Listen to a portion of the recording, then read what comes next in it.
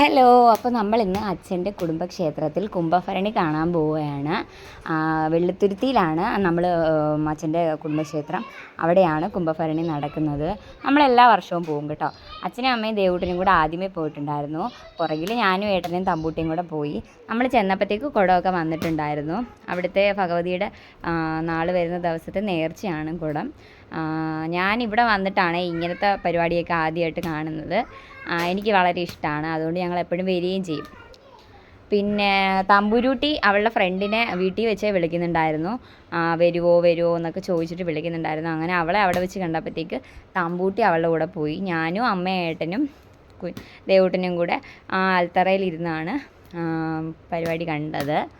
ഞങ്ങളിങ്ങനെ ഓരോക്കെ വർത്താനമൊക്കെ പറഞ്ഞിരിക്കുമ്പോഴത്തേക്ക് ഏട്ടനാണ് വീഡിയോ എടുത്തുകൊണ്ടിരുന്നത്. അമ്മ വിചാരിച്ച് ഫോട്ടോ ആണെന്ന് കരുതിയിട്ട് പോസ് ചെയ്തിരിക്കുകയായിരുന്നേ.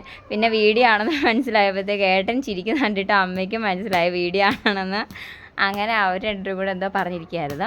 അങ്ങനെ ഞാൻ ഒരു ആൻറ്റീനെ കണ്ടപ്പോഴത്തേക്ക് വിളിച്ച് കാണിക്കുകയാണ് നമ്മുടെ വീടിനപ്പുറത്തുള്ള ആൻറ്റി ദോമ വന്നെന്നൊക്കെ. ഉച്ച കഴിഞ്ഞപ്പോഴത്തേക്ക് ദേവൂട്ടൻ അവൻ്റെ അച്ഛൻ്റെ തോളത്ത് കയറിയിരുന്ന് കുടം കണ്ടുകൊണ്ടിരിക്കുകയായിരുന്നു. പിന്നെ കാവ്യയും തമ്പുരുവും താഴെ തന്നെ നിൽപ്പുണ്ടായിരുന്നു. അവർ കാവ്യയുടെ അമ്മ തമ്പുരിന് ഐസ്ക്രീമൊക്കെ വാങ്ങി കൊടുത്തു. പിന്നെ അവൾ അച്ഛമ്മയെ സോപ്പിട്ട് ബബിൾസൊക്കെ വാങ്ങിച്ചു.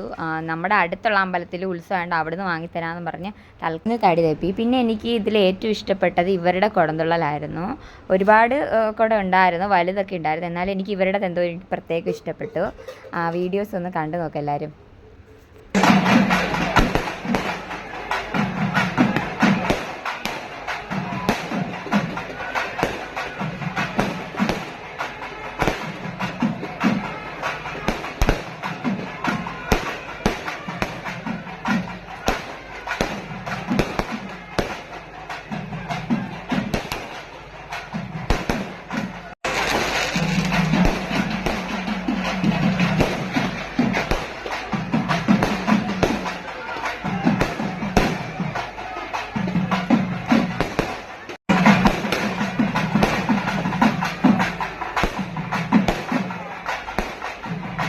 പിന്നെ നമ്മൾ അപ്പേനെയൊക്കെ കണ്ടു. അവരോട് കുറച്ച് നേരം വർത്തമാനമൊക്കെ പറഞ്ഞു കുറച്ച് സാധനങ്ങൾ വാങ്ങി നേരെ വീട്ടിലേക്ക് പോയി. നമ്മുടെ വീഡിയോ ഇത്രയേ ഉള്ളൂ. ഇഷ്ടമായ ലൈക്ക് ചെയ്യുക. പുതിയ വീഡിയോയും വീണ്ടും വരാം. ബൈ.